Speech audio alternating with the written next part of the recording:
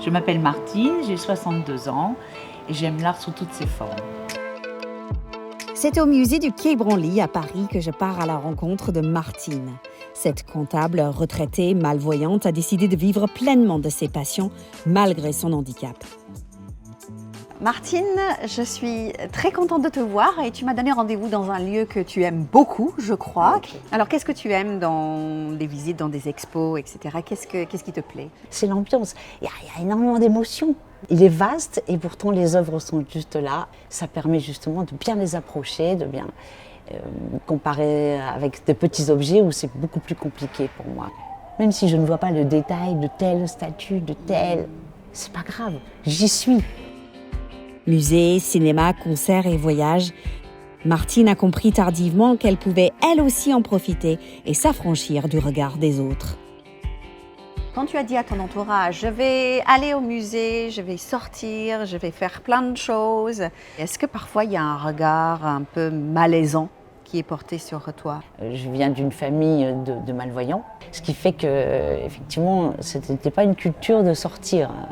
Ma mère disait, on ne voit pas, donc pourquoi bouger? Donc le quotidien lui suffisait. J'ai entendu des réflexions dans la famille disant, mais à quoi ça sert, tu ne vois pas? Ah, ça m'a énormément blessée. Bien sûr. Ça me réduisait à un statut handicapé. Non, nous sommes des êtres comme les autres. Est-ce que tu étais fâchée avec le monde extérieur? Ah oui, oui, ah, bien sûr. Mais on ne comprend pas. Pourquoi moi?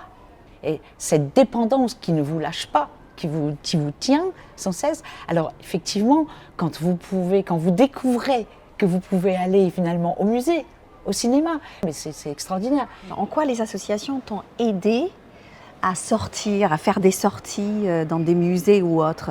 Je suis allée très très vite à l'UNADEV parce que seul, c'est quand même parfois le parcours du combattant. Il faut tout organiser. Le déplacement, l'entrée dans un musée. Donc les associations nous apportent un confort. C'est une chance, une porte ouverte. On nous attend là. Aujourd'hui, Martine peut aller seule au musée, et cela notamment grâce à des outils adaptés à son handicap. Qu'est-ce qui t'aide dans les musées aujourd'hui? Les audioguides déjà sont très performants.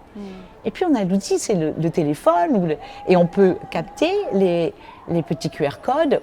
On télécharge l'audioguide, donc on l'a directement. Qu'est-ce que tu diras peut-être à ceux qui peuvent nous regarder en se disant moi je suis bloquée, j'arrive pas à avancer?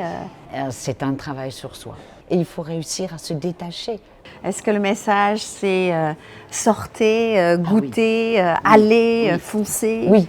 Oui, et surtout, allez aussi, ne restez pas seul. La vie, elle est dehors. La vie, elle est dans les musées, elle est dans les jardins. Oui, sortez. Merci beaucoup, Martine. Je suis très contente et très heureuse. Aussi. Merci beaucoup.